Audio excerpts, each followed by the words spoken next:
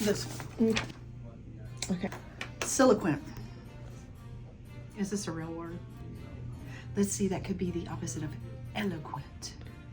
So sialoquent could be in reference to farm animals, perhaps living on the farm. And they live near silos. So because of that, animals that live near silos are called sialoquents. Okay.